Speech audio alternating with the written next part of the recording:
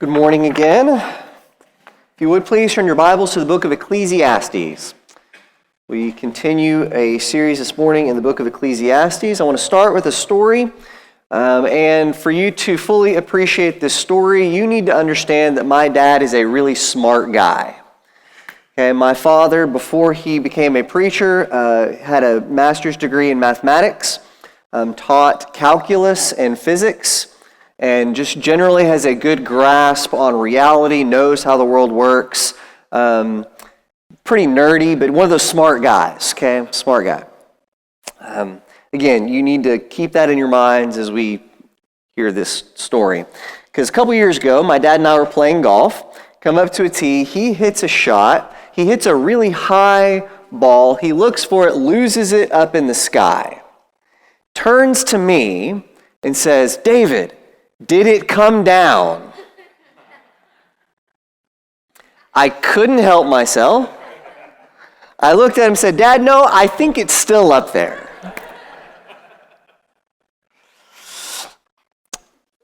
You know, I know that when we're in school or some other places, teachers like to tell us that there are no dumb questions. I disagree. I contend that quite often there are dumb questions. I think there are also wrong questions. In fact, I think most people spend the majority of their lives asking the wrong questions. I think most of us spend our lives asking questions that don't really matter. And I'm not saying that we do this because we're dumb. I'm saying we do this because we're fallen. If I'm being honest with you this morning, I think I've wasted a lot of my life asking questions that didn't matter. All right, here's the question I think most of us ask that ultimately leads us in the wrong direction. I think this is the big question most people spend their entire lives chasing, and I continue this morning, it's the wrong question. I think most of us spend our lives asking, how can I get more whatever so that I can be happy? All right, and you can fill in anything you want to in that blank. In fact, what I'd like you to do this morning is take just a second and think about, honestly, what is it that you spend filling in that blank? Where is it that you invest your emotional energy, your thoughts, your dreams? Where do you spend your time and effort trying to fill in that blank? What fills in that blank for you? You know, how can I get more money so that I can be happy? How can I have more sex so that I can be happy? How can I have greater health or relationships or comforts or entertainment or respect or achievements? What goes in that blank for you? How can I get more of this so that I can be happy? And I think the reason that we are so often disappointed in our lives is because we are asking this question. In fact, I think the entire point of the book of Ecclesiastes is to get us to stop focusing on this question and instead ask a much better question. I think the question of Ecclesiastes is the question, how can I have more meaning in my life? And that's a lot better question. How do I get more meaning in my life? This is our author's quest. This is the question he's trying to answer throughout the pages of this book. And yet to get there, we have to deal with the first question. We have to deal with the wrong question. Okay, I want you to notice our text this morning. Notice how he does this. This is towards the end of chapter 1, starting in verse 12. It says, "I, the teacher, was king over Israel in Jerusalem. I applied my mind to study and to explore by wisdom all that is done under the heavens. What a heavy burden God has laid on mankind. I have seen all the things that are done under the sun. All of them are meaningless, a chasing after the wind." Okay, in just these couple of verses, we learn some important things about our author that greatly impact how we read this text. Okay, in the first place, I want you to note that our author is writing Ecclesiastes from the perspective of king. Okay, he is king over Jerusalem. He has virtually unlimited power. This is a man that can do what he wants, and he has the resources to chase this out as far as he wants. Okay, also our author has a phenomenal mind. It says more than anyone who lived before or after him, he possessed wisdom. Okay, so not only does the author of this book have the resources to pursue whatever he wants for as long as he wants, he also has the mental ability to appreciate what's going on. Okay, in other words, the author of Ecclesiastes is the only one qualified to answer this question. If anybody can figure out how to have a meaningful life, it's this king. So it says the first place he looks, trying to ask, how can I have a more meaningful life? How can I truly find happiness and contentment? What is the key to what I really want, how I really want to be as a person? The first thing he does is he looks to pleasure. Notice chapter 2, start in verse 4. He says, I undertook great projects. I built houses for myself and planted vineyards. I made gardens and parks and planted all kinds of fruit trees in them. I made reservoirs to water groves of flourishing trees. I bought male and female slaves and had other slaves who were born in my house. I also owned more herds and flocks than anyone in Jerusalem before me. I amassed silver and gold for myself and the treasure of kings and provinces. I acquired male and female singers and a harem as well, the delights of a man's heart. I became greater by far than anyone in Jerusalem before me. In all this, my wisdom stayed with me. Right, the Hebrew in this is a little clearer than the English, but literally it says, he made his own paradise, populated it with every good thing he could imagine, with gardens, with entertainment, with wives, with an entire harem, with slaves and servants. He had the power to play God in his own world, and he did it better than anyone else has ever done it. If you skip down to verse 10, it says his heart took delight in all of this. While he's doing all of these great things, building all these things, getting all of these pleasures that he can imagine fulfilled, he is enjoying himself. Right, I want you to imagine for just a moment what it would be like to have these kinds of resources, to be able to get anything that you could imagine, anything that you think you might want, you can get it. Okay, we're not talking about keeping up with the Joneses. Okay, we're talking about as soon as the latest and greatest car comes out, you're driving it. You live in the nicest house in town, and not only that, but it keeps getting bigger. Anything you want to do for fun, you can do it. You want a harem with all the most beautiful girls in the land, you've got it. You want the best food and drink the world has ever seen, you're eating it. Anything your heart desires, you can have it. At the end of your life, you won't have a bucket list because as soon as something came up that you wanted to do, you did it. You lived like no one else. Can you dream that for a minute? Anyone have some specific things in mind you'd be doing if you had all the money in the world? A few of you are honest and nodding at me. Yes, okay? You know some of the things you would do if you had this kind of wealth. But notice what happens. Verse 10. He says, I denied myself nothing my eyes desired. I refused my heart no pleasure.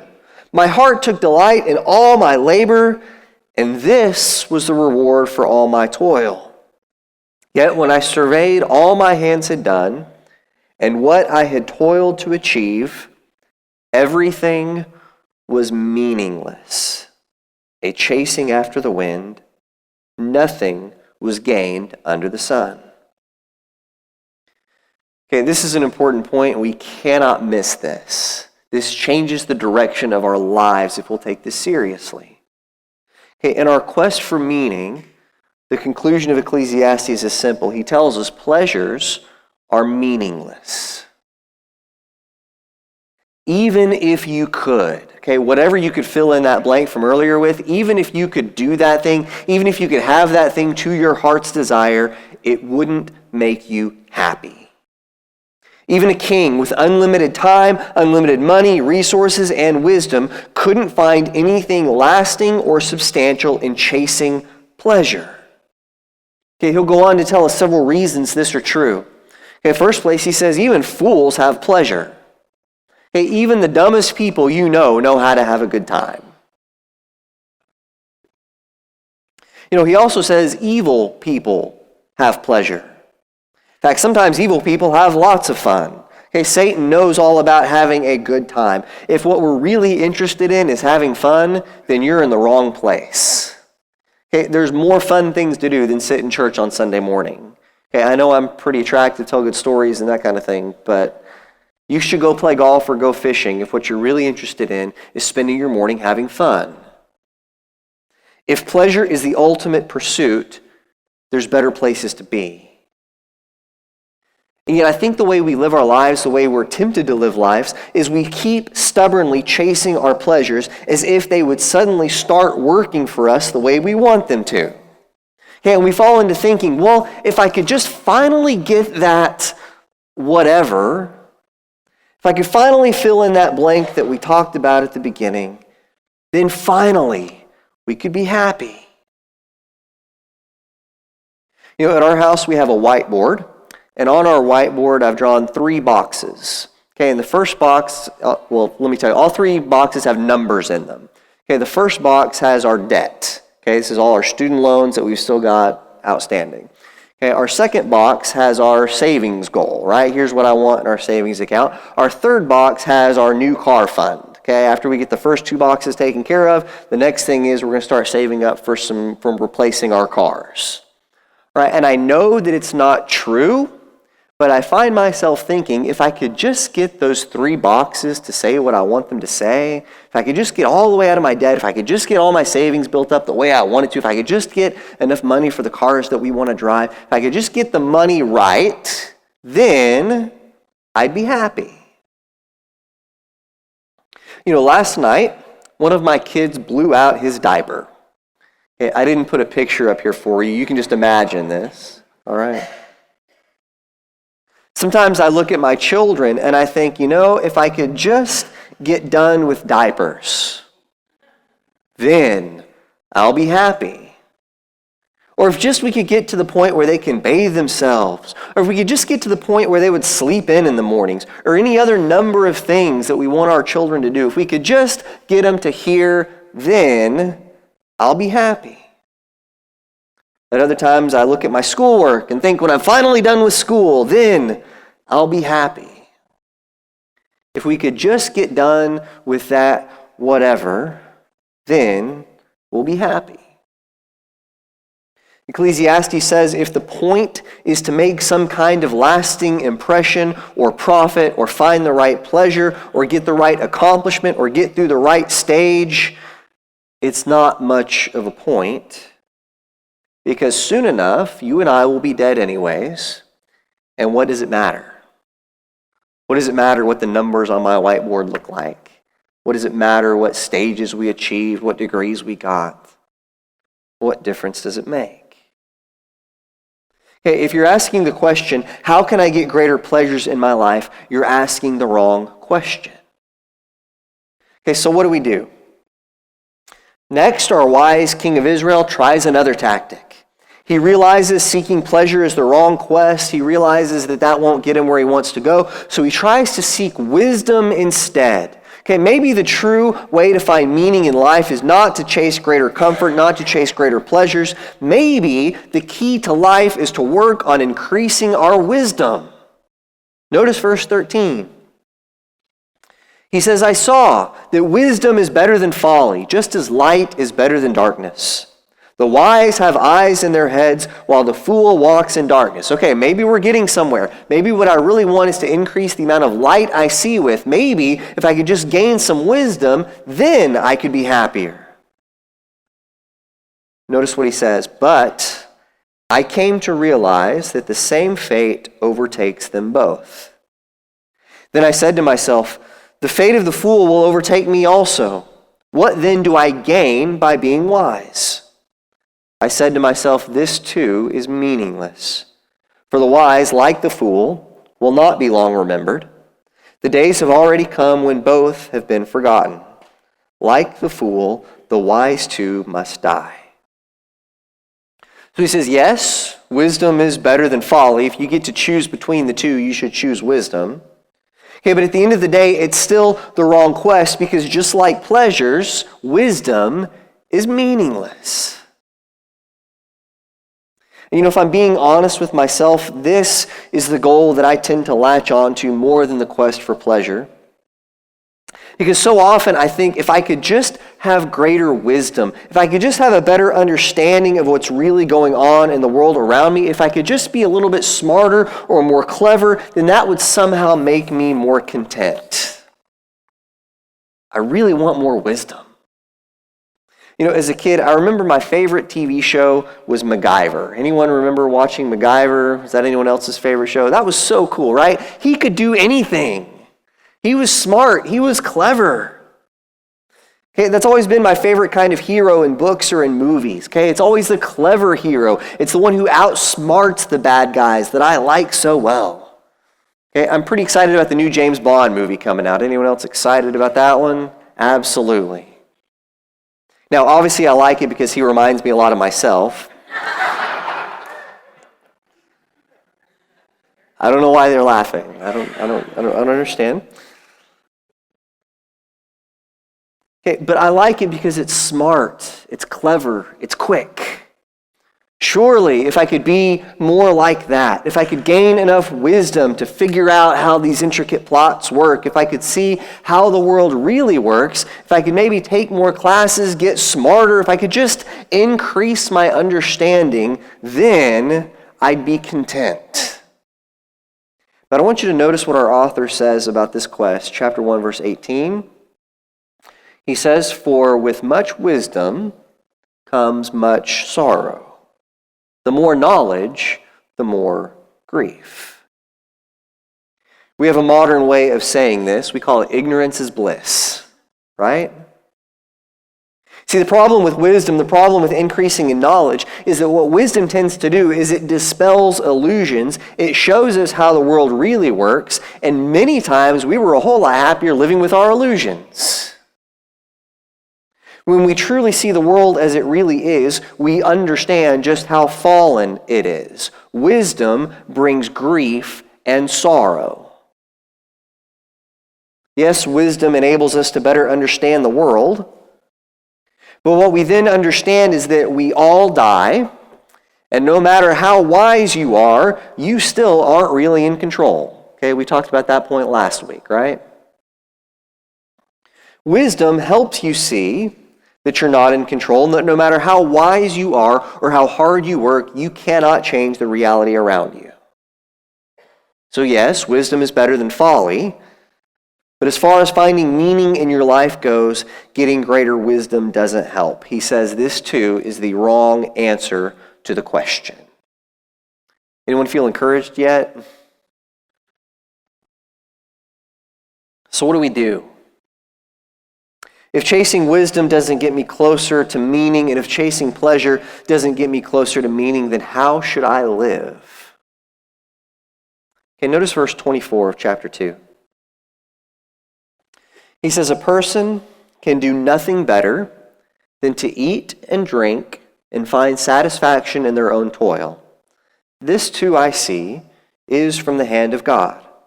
For without him, who can eat or find enjoyment? To the person who pleases him, God gives wisdom, knowledge, and happiness. But to the sinner, he gives the task of gathering and storing up wealth to hand over to the one who pleases God. This too is meaningless, a chasing after the wind." Right, you want to learn how to find true happiness. You want to learn how to find some meaning in life. Actually, you have to wait to the end of the book of Ecclesiastes to finally get there. This is a series that's going to take us several weeks to get through a pretty interesting and complicated book. But before he gives us the final answer, he does give us a glimpse of it. Okay, he does tell us here at the end of chapter 2 the first step towards finding real meaning and true happiness and joy in life. Okay, notice what he says. And if you only write one thing down this morning, if you're only taking one note today, let this be it. This is number 3 on your sermon outline. He says the beginning of meaning is found in accepting the humble things of life. True profit, true meaning doesn't come from getting ahead.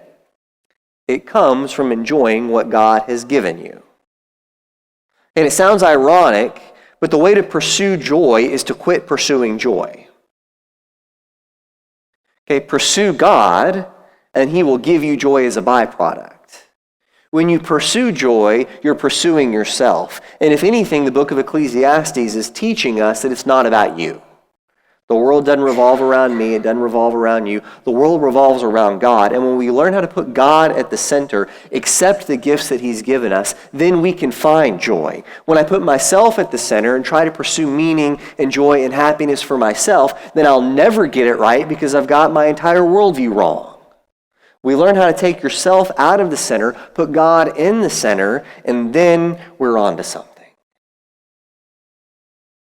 You know, I have a friend who's about 35, and he's still asking himself what he wants to be when he grows up. Okay, he called me just about a month ago and said, David, I'm thinking about changing what I'm doing now because I'm not happy with what I'm doing. I still can't decide what I want to be. Like, you're 35.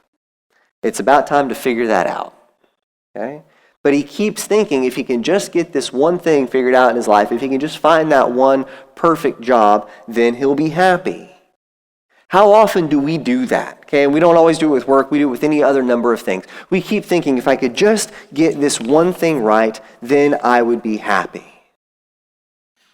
What we need to do is learn how to put God at the center.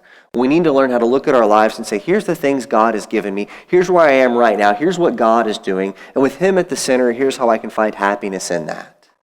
How can I enjoy my dinner tonight regardless of what's going on around me? Okay, how can I enjoy the relationships that I have today regardless of what else is going on in the world? How do we take pleasure in the simple things in life? Okay, again, we need to learn how to put God at the center. As we continue our study through this book, we'll continue to look at what that looks like. How do we take ourselves out and put God in? How do we make God the center of our universe? Ultimately, that's the goal all of us are on as we seek to be followers of Jesus Christ. What does it mean for us to call Jesus Lord and take myself off of that throne? This morning at this time, we're going to sing a few verses of an invitation song. During the singing of this song, we as the church want to be here for you. I'll be down front during the song. One of our shepherds will be down front. We would love to pray with you or talk with you about anything that's going on in your life. If there's anything we can help you with this morning, please come forward now. Talk to us as we stand and as we sing.